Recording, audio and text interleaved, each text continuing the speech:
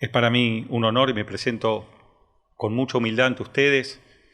Son los herederos y continuadores de los héroes de la más alta gesta que tuvo nuestra patria, la Guerra de Malvinas. Y con esa humildad vengo a presentarme, a exponer algunos temas a su consideración. El tema que nos convoca es el liderazgo y, en mi caso, el liderazgo contemporáneos. ¿Qué es lo que le permite a un líder, a un dirigente, a un conductor, a un príncipe, como nos exponían recién, ser considerado como tal entre los más grandes? Bueno, hay una fórmula que podríamos decir que es infalible para ello. Un gran hombre en un gran país y con una gran causa. Si se dan estas tres condiciones, podemos encontrar a un gran líder que va a pasar a la historia. La primera cuestión que debemos enfrentar es: ¿se puede formar a un líder o es todo naturaleza e instinto? Lo planteó el comodoro Ferlini al comienzo también de su exposición, este tema. Por supuesto que es posible formarlo. Hemos escuchado recién dos magníficas exposiciones sobre el tema y vemos que hay una doctrina que viene desde la antigüedad clásica. 3000 años antes de Cristo empezaron los griegos, lo siguieron después los romanos, inclusive ya en nuestra era, y después pasó a España, que fue magníficamente recogido en el siglo de oro español. Mencionamos a Saavedra Fajardo, Gracián, donde se recogió sobre todo el legado de Tácito, que era un historiador romano. Es decir, hubo toda una cultura en la formación de los dirigentes. Pero toda esa cultura se perdió.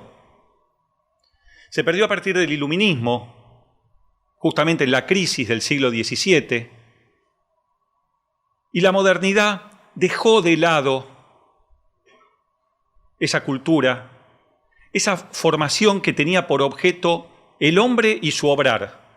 Nos comentaba también el comodoro Ferlini Las vidas paralelas de Plutarco.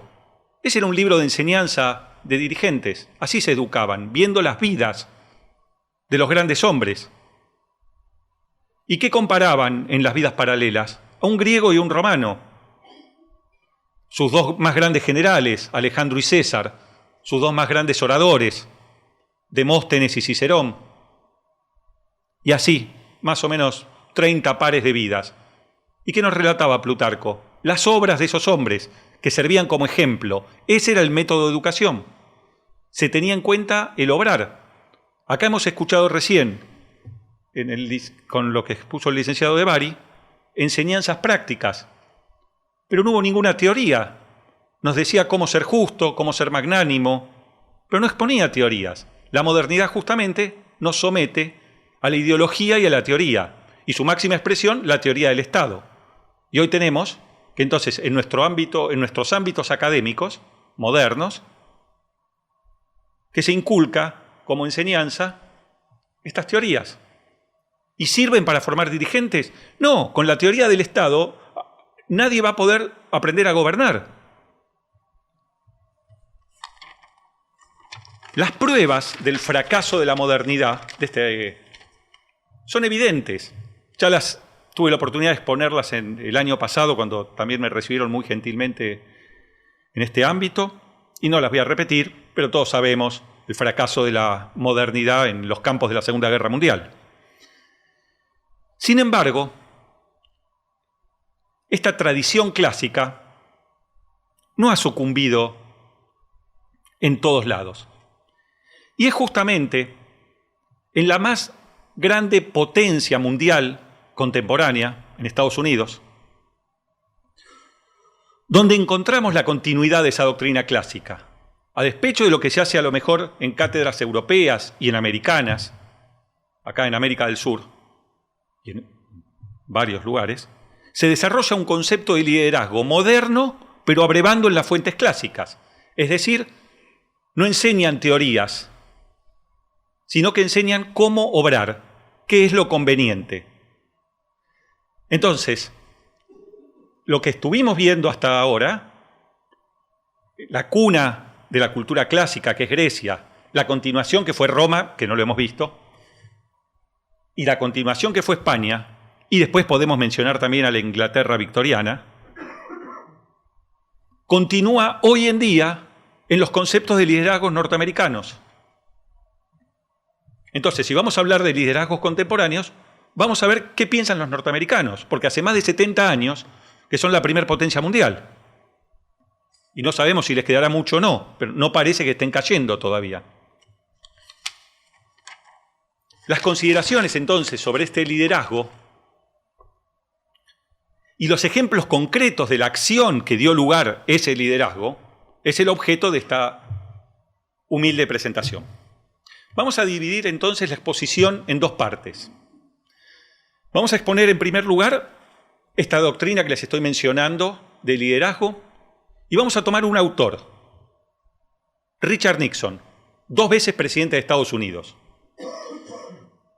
No desconocemos el desprestigio con el que terminó por un escándalo, el escándalo de Watergate. No sé si los más jóvenes saben de qué se trata, un caso de escuchas ilegales. El presidente de Estados Unidos tuvo que dejar el poder porque descubrieron que hacía escuchas ilegales al partido político contrario. Igual que acá, ¿no?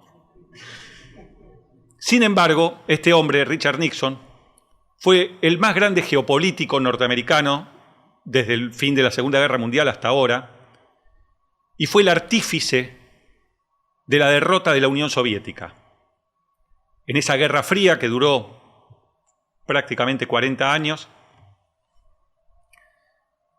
hubo un país que ganó y un país que fue derrotado y disuelto, la Unión Soviética. Los más jóvenes no habían nacido ustedes cuando todavía existía la Unión Soviética. Pero los que lo vivimos sabemos que era una gran potencia mundial y que fue derrotada. Y el artífice de esa derrota, junto a otros líderes, fue Richard Nixon. Así que la palabra de él es una palabra por lo menos de autoridad. Después de ver entonces ese concepto de liderazgo, vamos a referirnos a acciones concretas del liderazgo. Ver ese liderazgo en acción, en un hecho contemporáneo. Obviamente vamos a hablar de la Guerra Fría, del fin de la Guerra Fría, para ver cómo se ejerce ese liderazgo y los beneficios que se derivan de esta doctrina clásica. Vamos entonces a la primera parte. Como sostuve y pienso probarlo, soy abogado además, entonces me gusta decir algo y probarlo. En este caso me siento como ustedes son un enorme tribunal. Esta doctrina contemporánea del liderazgo norteamericano aprueba en fuentes clásicas y es ajena a toda concepción teorizante. Y para probarlo lo vamos a escuchar a Nixon, no lo voy a decir yo. Vamos a ver frases breves, pero que no van a dejar ningún lugar a duda.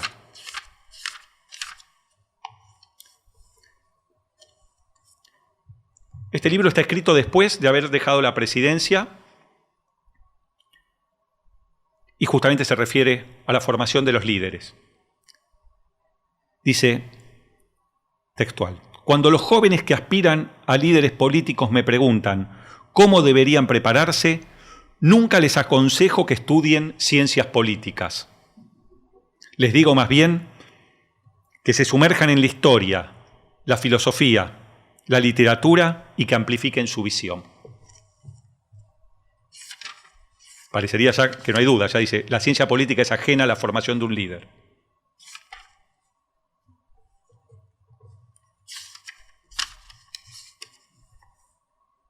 A los teóricos les gusta analizar el poder como si fuese una abstracción. Los líderes piensan de otro modo. El poder es un ancla que los ata a la realidad. Los catedráticos, y en esto me hago cargo, pueden elevarse en vuelos que los conducen a la estratosfera del absurdo. Los que están en el poder tienen que vigilar de cerca los resultados, el impacto, los efectos. Los líderes tienen que vérselas con lo concreto. Ustedes se dan cuenta que no solo se aleja de lo teórico, sino que lo ridiculiza.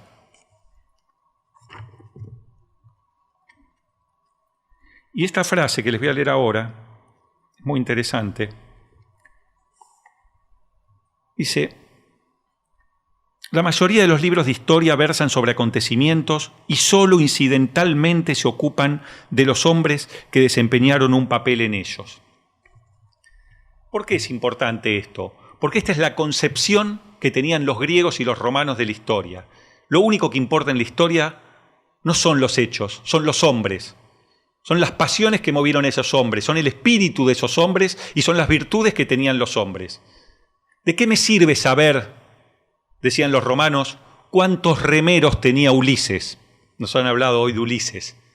¿Importa cuántos remeros tenía Ulises? ¿Nos expuso el licenciado Hernández cuántos remos tenían los barcos de Ulises? No nos importa, nos importan las virtudes de Ulises, porque nos van a servir de ejemplo. Es más, le diría, ya ni nos importa si Ulises existió o no existió, mientras sirva de ejemplo su conducta. ¿Cuántos historiadores modernos gastan ríos de tinta en decir la cantidad de soldados, cómo era el uniforme, y creen que eso es un libro de historia? Entonces nos debemos preguntar, ¿para qué sirve la historia? ¿La historia sirve para saciar esas ganas de conocimiento vano? ¿O sirve como maestra de la vida, como ejemplo de lo que va a venir? Porque entonces yo, viendo cómo actuaron esos hombres, sé cómo van a actuar en el futuro. Esto es lo que está diciendo Nixon. Basta de teorías. Si vamos a educar líderes, vamos a educarlos en algo concreto, en la conducta de los hombres. Y copia textual frases de Polibio. Quiere decir, señores, que Richard Nixon leyó a Polibio y tiene frases después, es para profundizar en otro momento, si quieren, de Aristóteles también. Así se formaron los líderes norteamericanos, estudiando estos preceptos que estuvimos viendo hasta ahora. Establecido ello, entonces, que se alejan de lo teorizante, este concepto de líder propuesto por los norteamericanos, se encargan, sobre todo Nixon y otros autores, por supuesto, en destacar como la principal virtud a la prudencia. Y dentro de la prudencia, una de sus partes esenciales, la providencia, el prevedere, ya lo contó también Nicolás, ver de lejos, anticiparse a ver lo que va a pasar. Y esto, ¿por qué decimos que no puede ser teorizante? Porque las teorías y las ciencias se basan en un conocimiento exacto. Pero yo, ¿cómo voy a poder decir que hay un conocimiento exacto sobre lo que va a venir? Yo puedo decir que es probable que ocurra tal cosa, que es verosímil que ocurra tal cosa, pero nunca que es exacto. Entonces, ¿cómo va a haber ciencia de lo político si lo político versa sobre lo que va a venir? ¿Cuál es la pregunta que debe hacerse todo dirigente, todo conductor, todo líder? ¿Qué es lo que más me conviene hacer? Y frente a lo que me conviene hacer, tengo que pensar qué va a pasar en el futuro. ¿Va a pasar esto o va a pasar lo otro? Un ejemplo de hoy. Enfrentamiento geopolítico mundial, China-Estados Unidos. ¿Quién va a ganar? No lo sé. ¿De qué lado me conviene estar? ¿Me conviene aceptar los intereses chinos o me conviene participar de los intereses norteamericanos? ¿Les dejo poner una base a los chinos o no les dejo poner una base a los chinos? Y si no les dejo y después ganan, esos son los problemas políticos. No, cómo está conformado el gobierno de China, si la representación es popular o no es popular. ¿A qué me sirve la teoría? ¿Qué conviene hacer al presidente de Argentina? ¿Pedirle plata a los chinos o pedirle plata a los norteamericanos? Esas son las decisiones políticas. Eso es lo que se enfrenta el líder de verdad. Está anclado en la realidad, como dice Nixon. Y ahí necesita la prudencia. Y necesita saber cómo actúan los hombres. Y tiene que evaluar y tiene que tener información. Y tiene que evaluar esa información, considerarla, analizarla. Y eso está ajeno a la teoría. Entonces los norteamericanos dan una especial importancia a la providencia, al ver de lejos. Por eso se acude habitualmente a metáforas que se dice el líder mira desde lo más alto, está en las cumbres. Cuando se habla de los líderes políticos se dicen están en una cumbre. ¿Por qué? Porque esa es la virtud del líder, ver lo que va a suceder. Hay una frase muy interesante de Nixon, dice: los grandes líderes son hombres que tienen la capacidad de ver lo que considerado retrospectivamente, pero solo retrospectivamente, parece claro. ¿Entienden? Yo ahora analizo la Revolución Francesa y digo, y sí, claro, con lo que estaba pasando era evidente que iba a haber una revolución. Pero un día antes nadie lo sabía. Analicemos un hecho de acá, hace un mes hubo una elección. Ah, sí, es evidente, ¿cómo no iba a salir así la elección? Sí, pero 2 días antes no lo decía nadie. Entonces, solamente el que ve más allá lo puede ver. Ahora, muy bien. Principal virtud, entonces, la prudencia. Aristóteles puro, el que desarrolla lo que es la prudencia y la providencia es Aristóteles. Lo siguen después muchísimos autores, Santo Tomás de Aquino, Saavedra Fajardo, Gracián. Llega al mundo moderno, pero no en el ámbito académico que nosotros conocemos. En muy pocos lugares se estudia esto. Yo tengo el honor de ser egresado y pertenecer a la Universidad del Salvador, donde esto es lo que se estudia. Pero no es así en todos lados. Enumeran después otra serie de preceptos que coinciden con los del humanismo clásico. ¿Cuáles son las virtudes que tiene que tener el líder, más allá de las que ya escuchamos? Bueno, como condición necesaria, además de esta providencia, tiene que tener voluntad, espíritu. ¿Cuál es el espíritu del líder? Y autoridad, porque si no tiene autoridad para imponer esa visión que él tiene, ese sueño, ese espíritu que tiene el líder, si no tiene la autoridad para hacerlo, no va a poder llegar a ser líder. Lo que pasa es que a los líderes se los juzga por su utilidad o inutilidad. Se los juzga por el resultado. Entonces también se destaca la suerte, la estrella. Ahí podemos mencionar, por supuesto, a Alejandro Magno, Julio César, Napoleón. Gente que ha tenido suerte en batallas y en política. Es un elemento a tener en cuenta. El líder tiene que ser lento en la decisión y expedito en la ejecución. Por eso se dice que el líder requiere tiempo para reflexionar. Tiempo son horas del día. Tiene que poder pensar. ¿Y cómo hace para dedicarle tiempo a pensar? Y no puede ocuparse de todo lo que depende de él. Entonces tiene que saber delegar, sea en un cuerpo o en personas. ¿Y qué es lo que delega? Delega la ejecución. La decisión es de él. El pensamiento es de él. Tiene que pensar y ejecutar con la celeridad de un rayo, decían en el siglo de oro español. Pero todo el tiempo lo gasta en la decisión, en tomar la decisión. Y después no regresa atrás, no vuelve sobre sus pasos. Nixon acude a la metáfora de la Biblia de la señora de Lot, que cuando se da vuelta para mirar atrás, queda transformada en estatua de sal. No se vuelve atrás, salvo para recoger la experiencia y decir, bueno, acá cometí un error, sí, ya está, tomé la decisión, sigo adelante. No requiere ser brillante intelectualmente. No estamos esperando de él clases magistrales de teorías. Tampoco un inútil, ¿no? Lo padecemos a veces. Tiene que desear el alto cargo, pero tiene que estar dispuesto a pagar el precio. Y esto es algo que lo mencionan todos, desde Grecia, Roma, España del siglo de oro y Estados Unidos. Hay que pagar el precio por ser líder.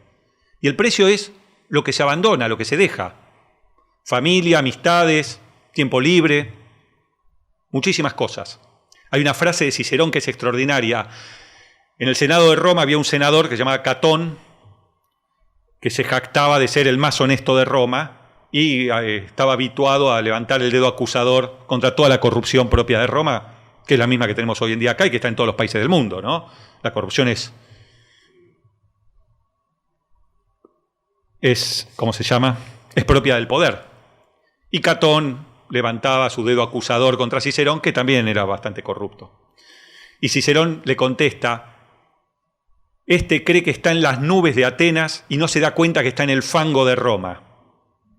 Sí, señores, el poder, Roma es el poder, está hecho de fango, ¿no? Entonces hay que estar dispuesto a pagar el precio. ¿Quieres ser líder? Paga el precio. Debes saber cuándo hablar, pero sobre todo cuándo callar.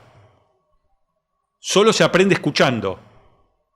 El manejo del silencio y del hablar, que lo da la prudencia, es la que nos va a decir cuándo conviene hablar y cuándo no, es esencial.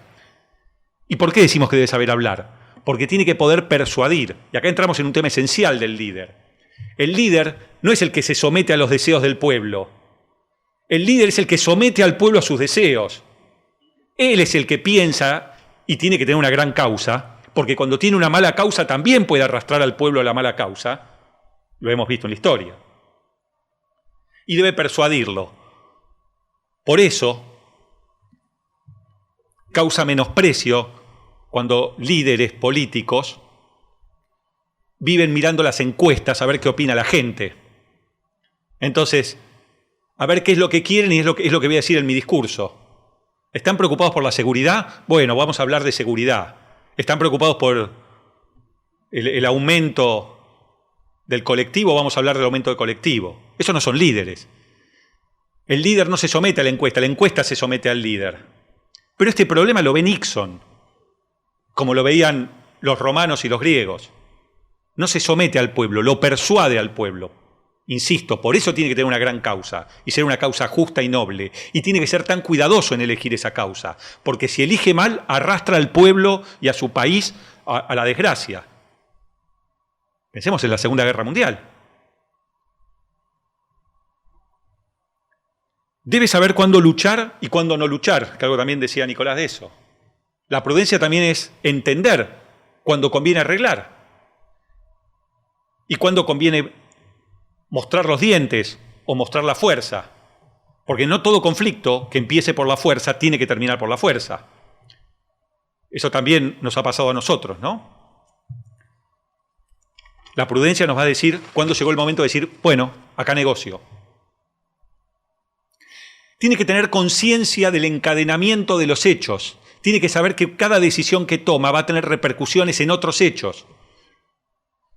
Las decisiones no se pueden tomar aisladamente. Por eso nosotros, en la universidad, en nuestra cátedra de geopolítica, le damos tanta importancia a esto y estamos en contra de lo que se denomina la departamentalización de la geopolítica. Bueno, acá viene el experto en Medio Oriente.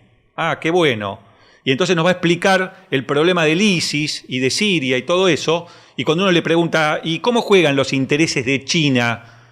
Ah, no, yo de China no sé nada, yo me dedico a Medio Oriente. Ah, bueno.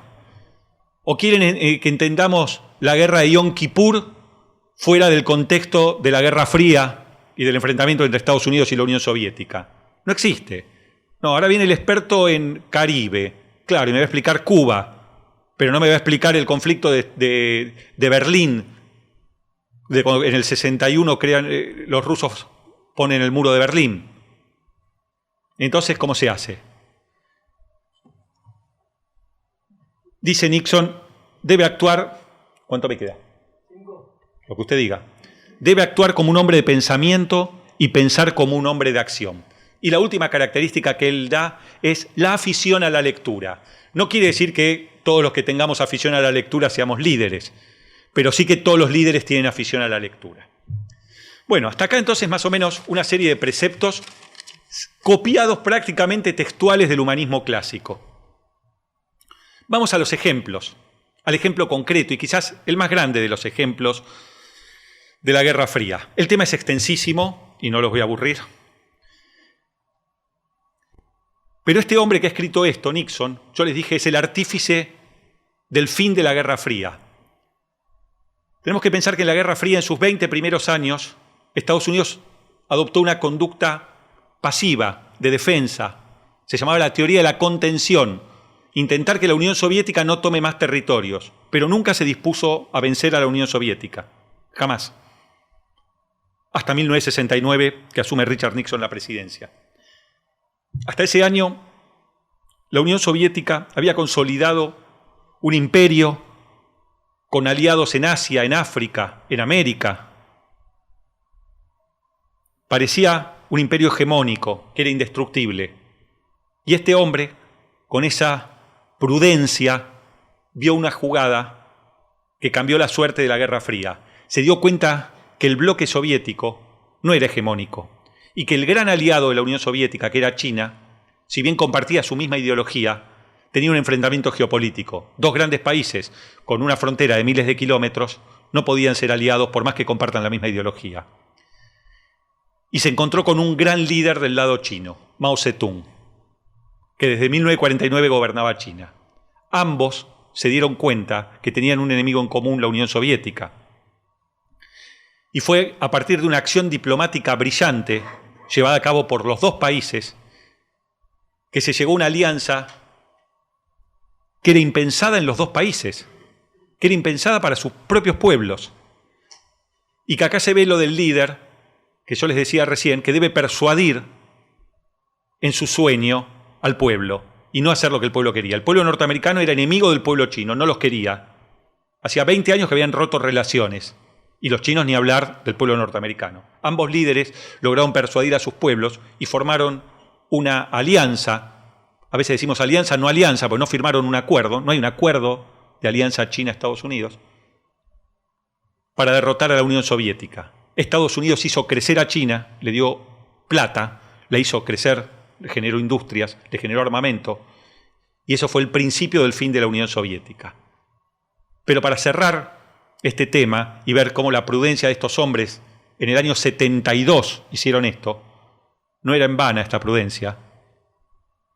Tanto Nixon como Mao sabían que después iba a llegar el enfrentamiento de China con Estados Unidos.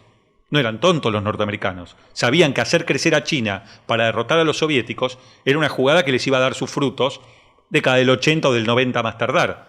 Pero ese crecimiento chino después iba a generar un desafío para Estados Unidos. Y así lo dejaron escrito. Lo sabían en la década del 70.